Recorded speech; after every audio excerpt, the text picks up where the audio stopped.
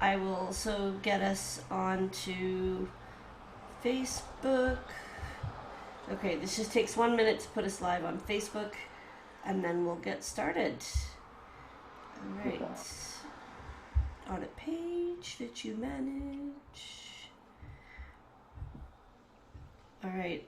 So I think we are officially almost live. So uh, it captures the video at different points, so you never know when you're actually live.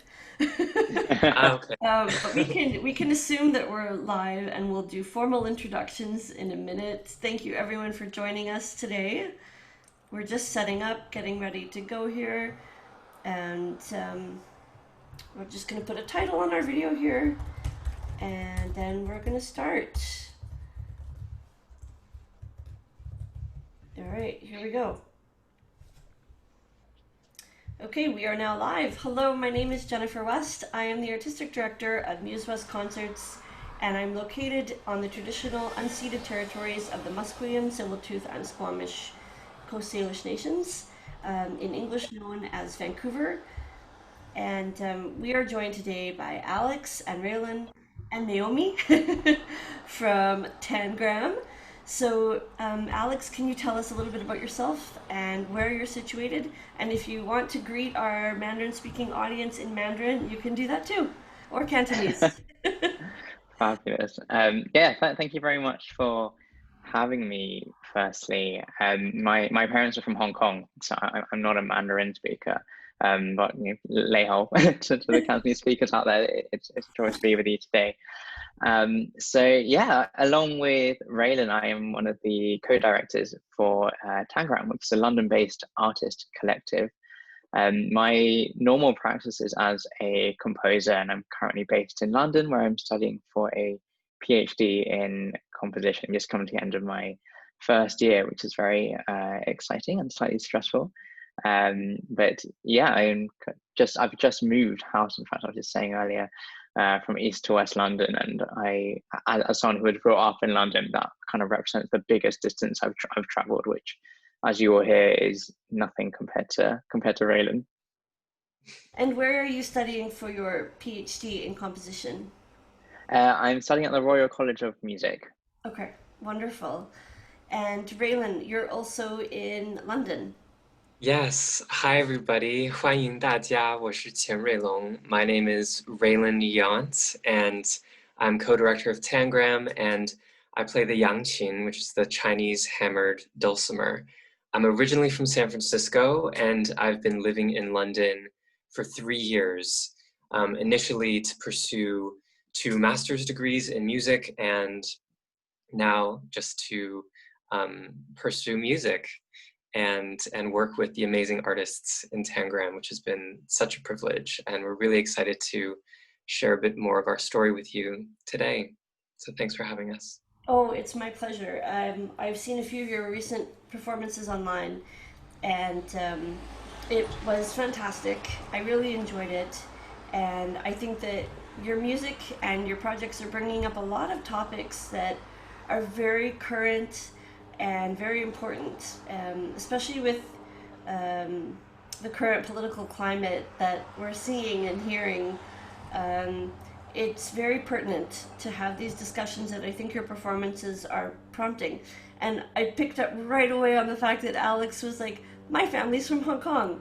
And this is a really great springboard, actually, because a lot of people are not very aware of, like, people can be of Chinese or Han descent but live in different parts of the world and have very different experiences. Um, so, for example, people living in Malaysia, Singapore, Hong Kong, Taiwan, different provinces of mainland China, different parts of North America, and everywhere else in the world would have a very different experience of what it means to be quote unquote Chinese. Um, Absolutely. so, and I I recognized that instantly when Alex was like, "My family's from Hong Kong." So, and in Vancouver, we have people from all of those groups, which has been a great experience. Do you want to tell us more, and anybody can jump in, on how Tangram addresses the experience of being quote unquote Chinese in different contexts? Hmm. Yeah, definitely. I can kick things off. I'm really glad that you raised that point. It's something that Raylan and I were discussing with the artists in Tangram just a few days ago. But the idea of having an artist collective that focuses on this notion of Chinese is very much something that we see as a question as opposed to a category. And so the work that we do and the music that we create aims to explore what Chineseness means and the qualities of being of Chinese heritage for its multiplicity and for its heterogeneity. I think something that has definitely marked my upbringing, I think, as I'm someone who was brought up in the UK and in London, you constantly see these stereotypes which essentially just homogenize what Chinese is, what Chinese experience is, and what the experiences of Chinese people are. And so within Tangram, we have artists from mainland China, artists who are born in the West of Chinese heritage, artists from Taiwan, artists from Hong Kong. And so even within the group, we already have this diversity just in the members that make up the collective. And so that's something that really we try to highlight in our work, and I guess in a form of celebration more than anything. And that's really important, because in the various friendships and that I've had with people who are of Chinese descent but from different parts of the world, um, I've been able to experience the richness of different linguistic traditions, different cuisine. Um, so even friends from Malaysia will have different cuisine that they offer, and Singapore. And I was lucky enough to travel to China in 2018, and started in Beijing, and then a very long, crazy story that involves someone being very nice helping me charge my phone. I was able to go to Xi'an. My travel agent hadn't booked the correct train. It's a long story, but I ended up in Xi'an safely, and I got to see the Bingmaiong, so I was very happy. And then I traveled to Suzhou and Shanghai, and I got to experience in just 4 cities, 4 very different temperatures. It was shocking. I was bundled up in Canadian winter clothes in Beijing and freezing, and then in Shanghai it was plus 30 in the same 2 week period. So I got to experience so much different cuisine, different dialects, and I came back to Canada and said, okay, and I was aware of the diversity in China, but then to know that even within a 5 hour train ride would be so different was very enriching. What are your thoughts on how Tangram gives voices to this diverse experience of being Chinese, Raylan? What were your Yeah, thoughts? it's so great to hear about your experience of the, you know, wide world that is mainland China in itself. And at Tangram, we think of ourselves as not just a collective, but as a movement exploring the richness and multiplicity of transnational Chinese experience. From the very beginning, with Naomi, who is our pianist and who's based in Winnipeg, we've been thinking about the ways in which this is an exploration and this is um, an opening up of new cultural spaces that we are embarking on. And um, I think what we're finding, just within our collective, we have artists who are from Hong Kong, Taiwan, um, Xi'an, and me from San Francisco. My mom's from Beijing.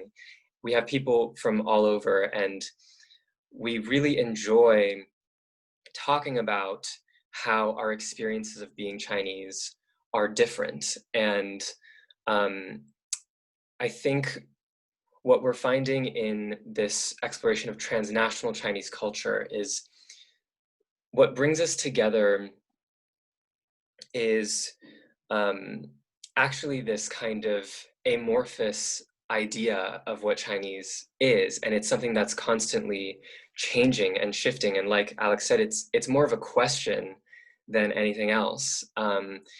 And especially in the age of globalization and in the age of social media, when cultural flows are happening every which way at accelerating speeds, it becomes very complicated to say what Chinese even means.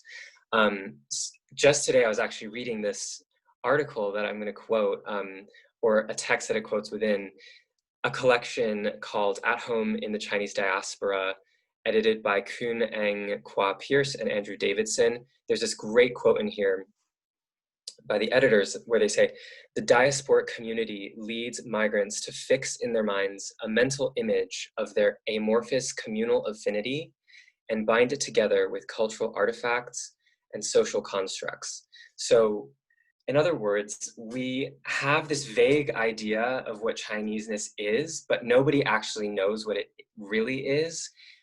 And in the end, it just comes down to specific customs and cultural artifacts, or maybe performances, ideas, memories that we share that make us feel like we're a part of a community, even if we aren't located in the same place. And so that's what we try to do with our work, is generate these beautiful performances to create that shared space, but to also kind of reveal all of these different kinds of difference that exist in between all of us. And I think um, at the end of the day, it's the relationships that we have individually that create the roots of this transnational community. How important are music and food as cultural artifacts for creating this community? I had to bring in food because I had the best food ever in China. Ironically, I had delicious Cantonese food in Suzhou. Um, Mm-hmm. it was so fresh, and we have very, very good Chinese cuisine in Vancouver. Um, Pretty parallel to San Francisco in terms of diaspora.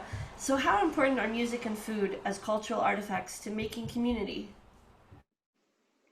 Yeah, that's a great question. I mean, just to kind of bring that straight into Tangram's experiences, I think pretty much, Benny, correct me if I'm wrong, but I think with every single project that we've done, it's started off in some way or the other with a meal where all of the performing artists or in that project or that concert will just go to a Chinese restaurant where we'll eat. And I guess maybe it's not a coincidence then that our brilliant flautist Daniel Shao, his dad actually owns quite a few restaurants in London's Chinatown, and so we're kind of doing the tour of these Mm-hmm. restaurants, and the food is brilliant. And I guess on a personal level, I have to say that my experience and knowledge of mainland Chinese food was very limited until I'd really met Raylan and all the Tangram artists. And I think for me, I'd always just associated Chinese food as kind of Cantonese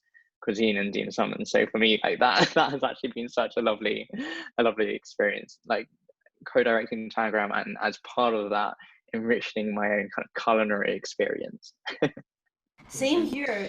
I was I was pretty surprised at some of the things I was able to sample in Xi'an and Beijing as well. I wasn't so surprised by some of the food I had in Shanghai or Suzhou. I have to say my favorite cuisine was in Suzhou. It was so light, wasn't too oily, really fresh, just so flavorful. But yeah, being in Vancouver has also shown me different aspects of Chinese cuisine, and I'm still working on my Sichuan tolerance. My friends tease me mercilessly. My close friends are allowed to tease me for being white and not able to handle the spicy food. But we have enough safety in our friendship that they're allowed to tease me about that.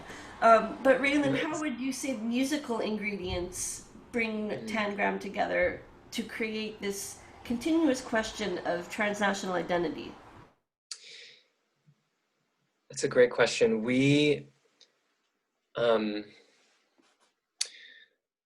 as musicians, we've each walked our own paths navigating Chinese and Western cultures.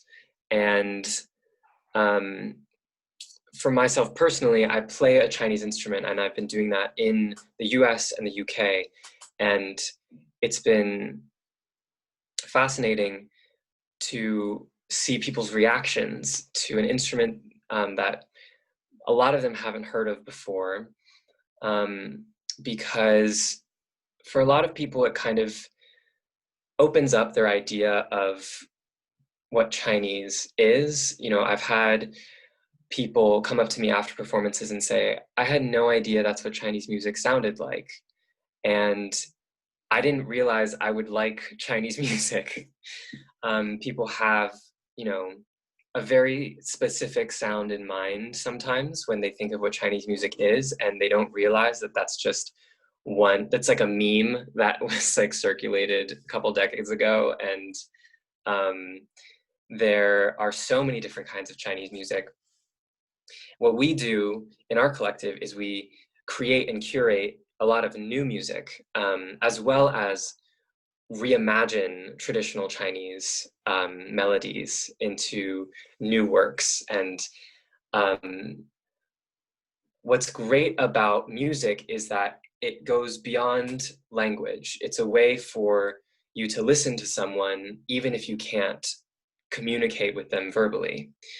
And it opens up a sort of field of connection that is an alternative to our day-to-day ways of talking to each other and relating to each other. So by making new music, we like to explore new soundscapes, and that, I think, helps us imagine new worlds, new futures beyond the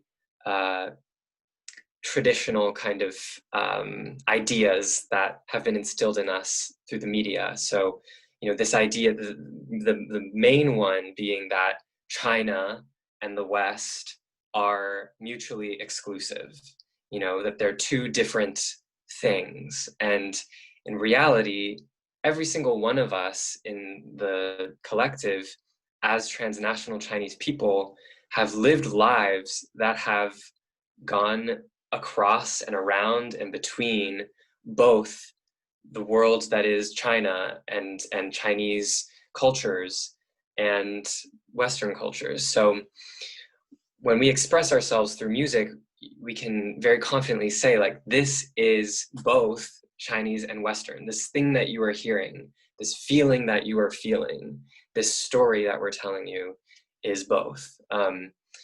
And we just love that kind of adventure because it's just filled with so much possibility, and musically it's really fun and yields really new kinds of sounds. And I feel it's very authentic presenting that identity of transnational, because it isn't just experiencing East on its own or West on its own. They are intersecting all the time. Yeah. And how they intersect is an important thing to consider. And I was smiling the whole time you're talking about memes about Chinese traditional music. So Yeah. what you're telling us is that there's more beyond the Butterfly Lovers concerto. Exactly. Yeah. Thank God. Great concerto. It is a great concerto, but there's more. We love ourselves some Butterfly Lovers, but there's a lot more out there. And also, I forgot, I guess I should mention that, you know, our collective is made up of musicians and composers of both Chinese and Western instruments. So musically, that's what we're dealing with, is Western instruments like flute and piano, and Chinese instruments like the yangqin and the erhu. And we have a percussionist who's amazing, who plays both Chinese and Western percussion. So that's the kind of music, those are the musical ingredients for our performances.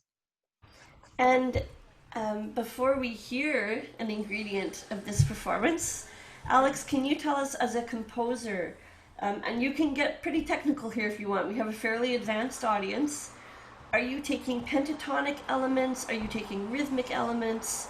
How are you taking ingredients from the flavors available to you in Eastern music and applying that to what you present finally in Tangram? Yeah, that's such a great question. And of course, the possibilities are truly endless.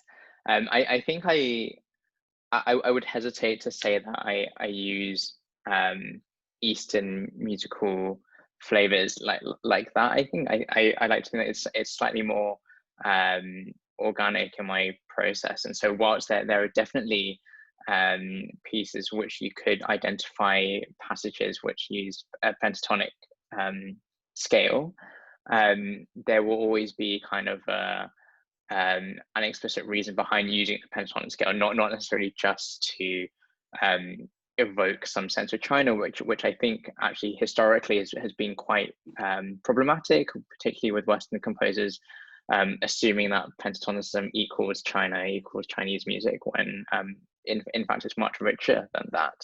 And so recently in my music, I've tried to explore this element of transnational identity by thinking about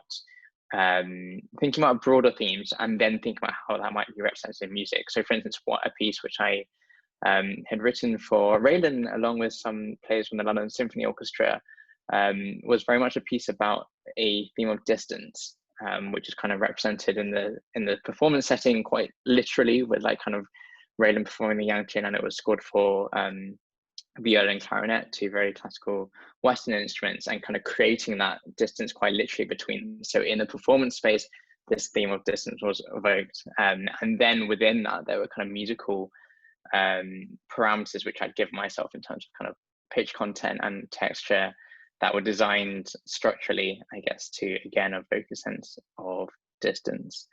And so I guess like the short answer is that I'm not sure if there are, I'm not sure if I would ever start with an Eastern musical element, whatever that might be, but instead think about the themes which I'm interested in, and these would be themes that are derived from thinking about transnational identity and experience, and then kind of portraying that through musical parameters. And it's very interesting because I find that what you're talking about musically is something that, you know, a few of my friends will talk about these things about their identity.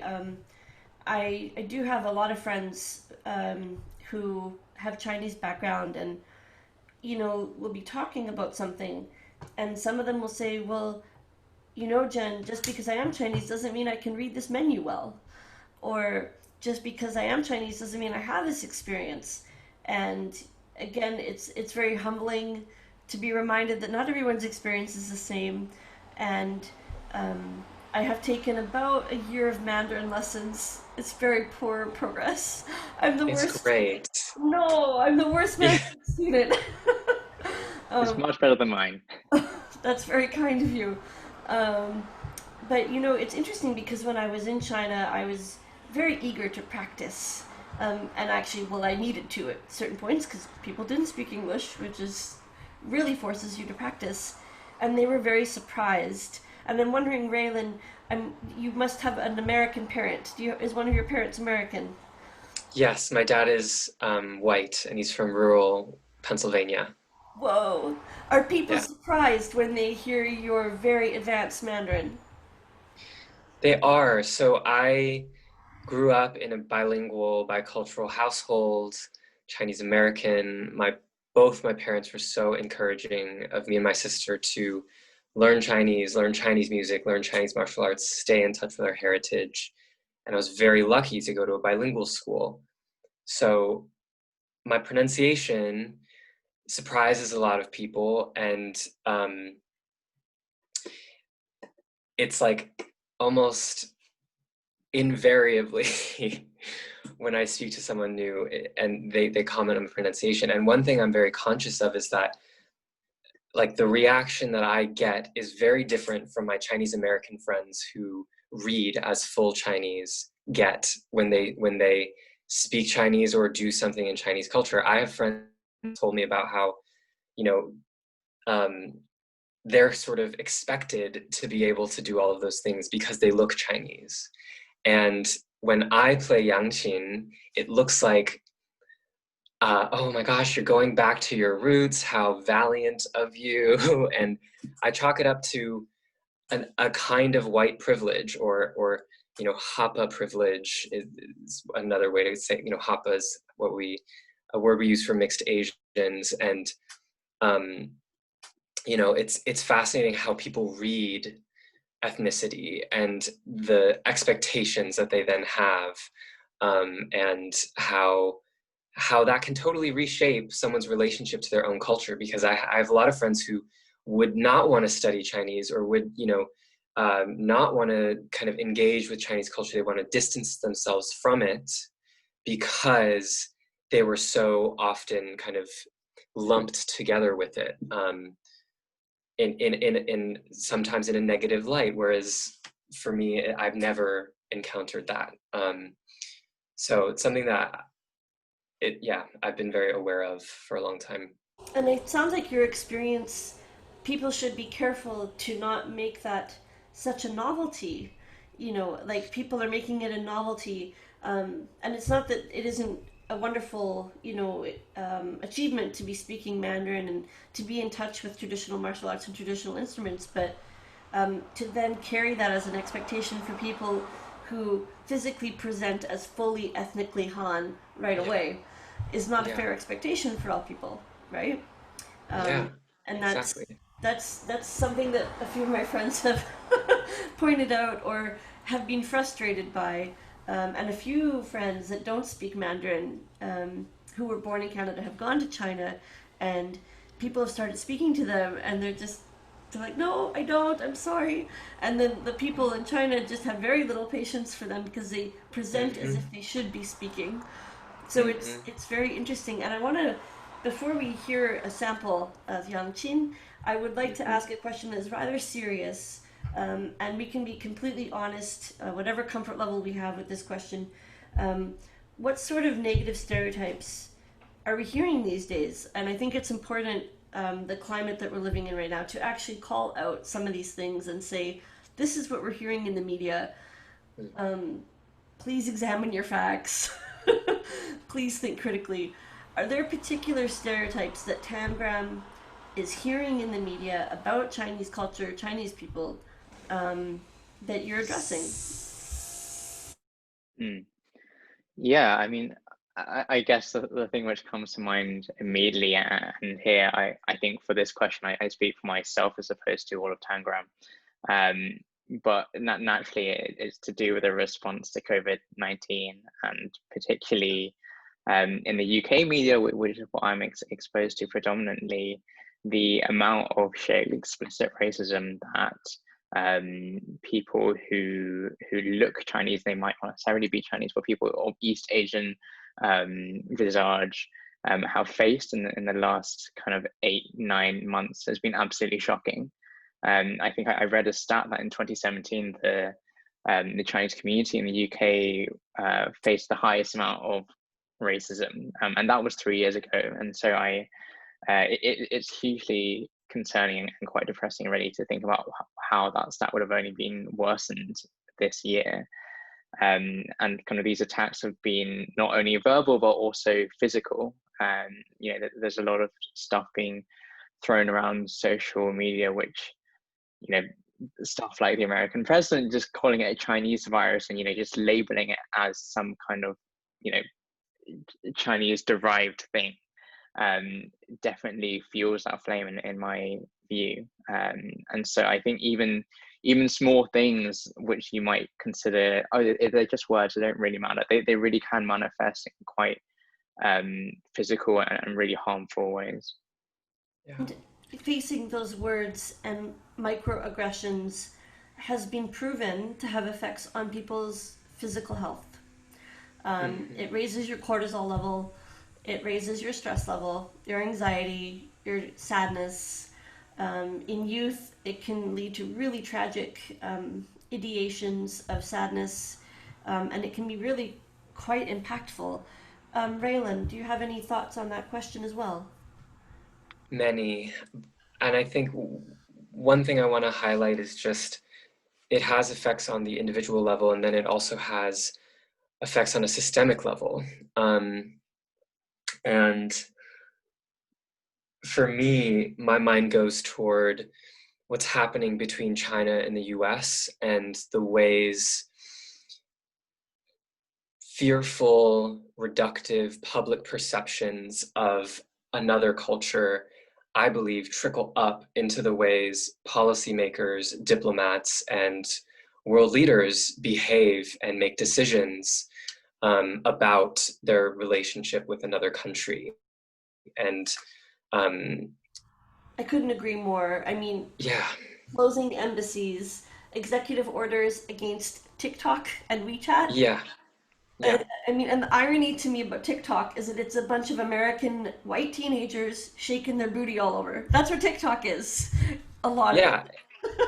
yeah. TikTok isn't even, well, yeah, TikTok isn't even used in China. It's because in China the version is Douyin, and Yeah. but anyway, there's so many layers, I think, of blindness, and what um,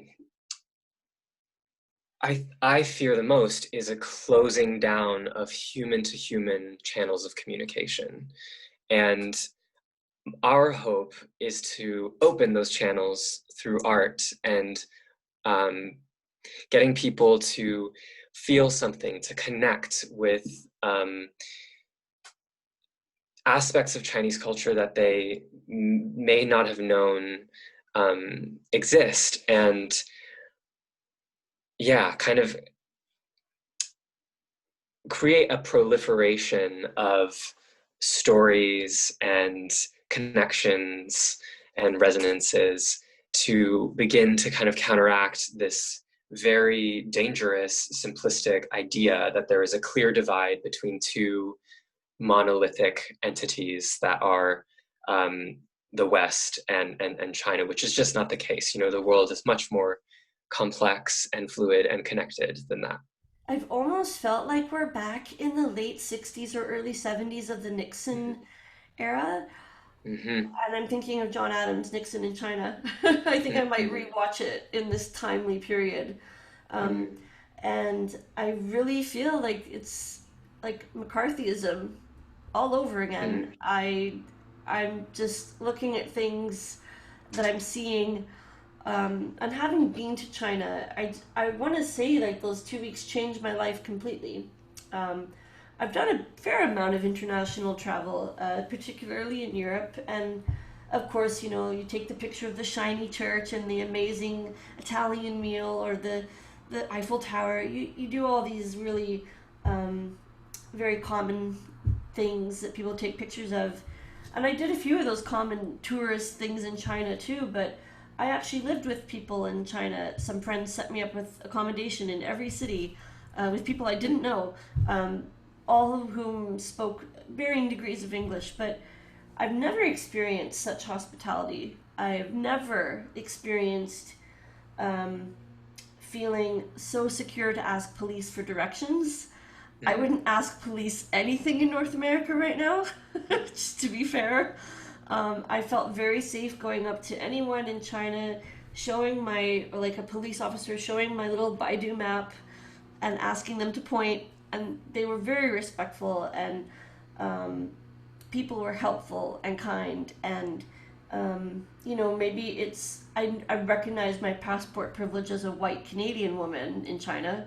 You know, they would have seen me as a guest, and I do see that lens that they would have had for me. But I came back and I told people, like, you know, China is about 25 years ahead of us with apps and technology. They are, you know, really working hard on their emissions in the environment.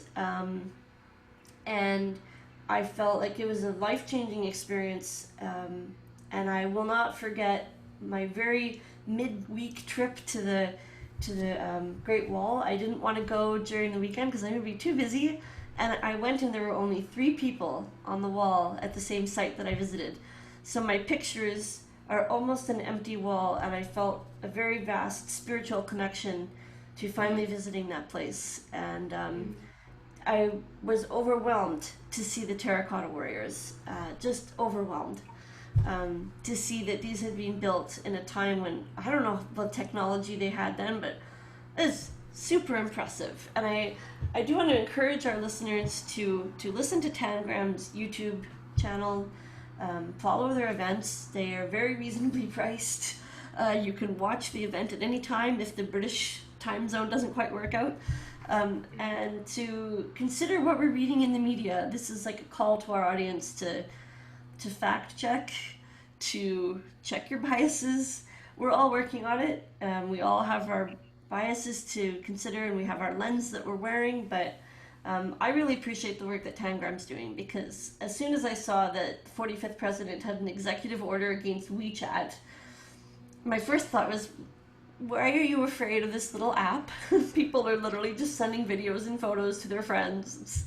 It's like WhatsApp, you know, and there's various points of evidence about information being shared, but I just thought to myself, it doesn't help people realize that these are just people living in the East, just like we're people living in the West. You know, there's a common humanity there. And nothing could express our humanity more than music. So, Raylan, you're up. What are you going to play for us? Great. I don't know. What do you want to hear? We would love to hear maybe 2 to 3 minutes of anything you would like to play for us. Great. So I do just want to say, I want to commend you for this very clear sense of curiosity and awe that you have for exploring a new place and a new culture. And that's something that I think is such a valuable human quality that I hope we can really preserve and maintain in our own lives, even if the way we connect with people is through the internet. But that, I think that's definitely a key ingredient to building a less reductive and divisive world. Well, when it is safe to do so, we will invite Tangram to perform in Vancouver. Oh, wonderful. Thank you. We would love to come over. We'll apply for a big grant, and we'll get Alex to compose something or bring some of his compositions, and we will celebrate with meals at every point. Amazing. So this is the yangqin, also known as the Chinese hammered dulcimer. It is a trapezoidal sound box with steel strings, 144 steel strings stretched across it, which I hit with these bamboo mallets. And it is a descendant of the Persian Santur, traveled to China along the Silk Road and maritime trade routes. So it's a culturally fluid instrument, and it's something that's really resonated with me as someone who's biracial. So I will play briefly a tune called Thunder After the Drought, 旱天雷.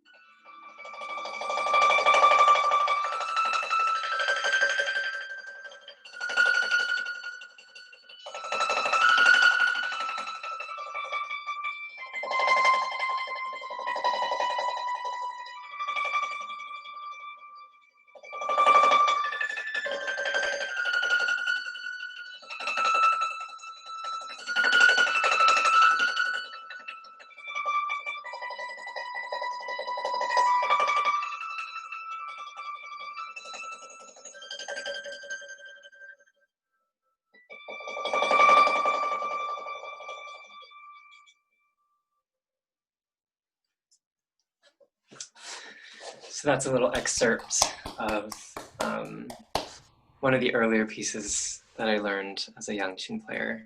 Wow. It's a tune from southern China. Which province is it from? I believe it's from Guangdong. Guangdong. Okay. Yeah. Very cool. It's a classic. It's beautiful. 非常漂亮. 谢谢. Yeah.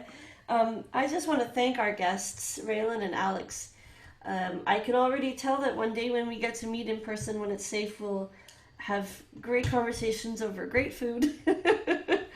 And we would like to let our audience know about your next performance. Tell us, what is your next performance? Where can they get a ticket or access to watch it online?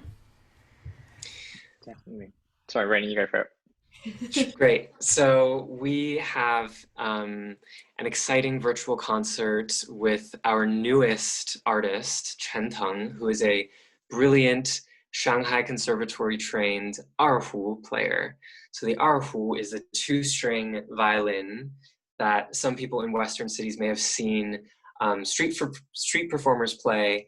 And this will be a concert that shows you the full virtuosic range of one of China's most recognizable instruments. So there's going to be a combination of traditional Chinese pieces from like millennia ago to more modern Chinese pieces from the 20th century to brand new compositions by Shruti Rajasekar and Robin Haig, who are some wonderful composers based here in London, and Shruti in Minnesota.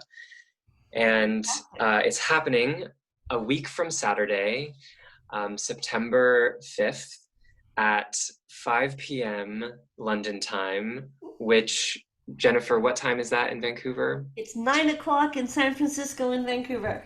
Great, thank you. And you can get tickets by going to tangramsound.com or following us on Instagram, Twitter, or Facebook at Tangram Sound, and we've got the links on our social media profiles. We would love to see you there. It's going to be a really lovely concert. Really looking forward. I will go grab my ticket once we're done this podcast. It has been a true pleasure. I'm really impressed by how you're getting people to think critically about identity and to challenge lumping people into one group. I think right now is a very polarized time in the world where we are lumping people into groups. And I've been talking to a lot of American friends about their upcoming election, gasping in horror. I'm Canadian, so I'm allowed to have strong opinions. Yeah. Raylan, you probably still have a U.S. passport, so be careful. Or don't be careful. You know what? The Fifth Amendment, you can... Exactly. But I have friends that are supporting different spectrums in the States of the political spectrum, and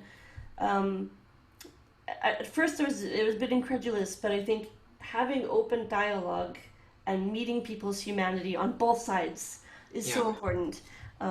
Yes. So I've really appreciated this. This has been fantastic. 我谢谢你们。感谢。谢谢. And we'll get a copy of this recording to you on YouTube so that viewers from Tangram can see it. If you have a mailing list, you could send the podcast to them. So good luck with your performance. 加油.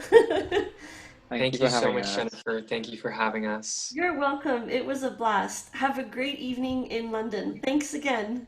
Thank you. Have a great day. Bye-bye. Yeah.